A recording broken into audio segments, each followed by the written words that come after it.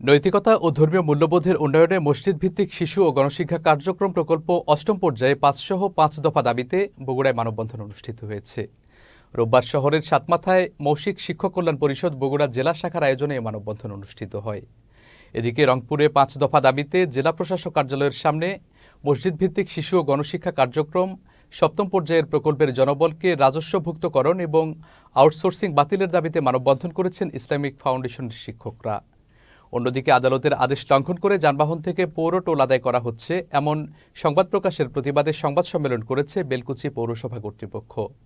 রোববার বিকেলে বেলকুচি পৌরসভা সম্মেলন কক্ষে এক সংবাদ সম্মেলন করেন বেলকুচি পৌরসভা পরিচালনা কমিটির সদস্য দেবাশিস কুমার ঘোষ। এছাড়াও দিনাজপুরের বীরগঞ্জে পৌর শহরের বিজয় চত্বরে ছাত্র জনতার আয়োজনে অবৈধ ডাম্প ট্রাক, রেগুলেশনবিহীন যানবাহন বন্ধের দাবিতে বিক্ষোভ সমাবেশ ও মানববন্ধন অনুষ্ঠিত হয়েছে।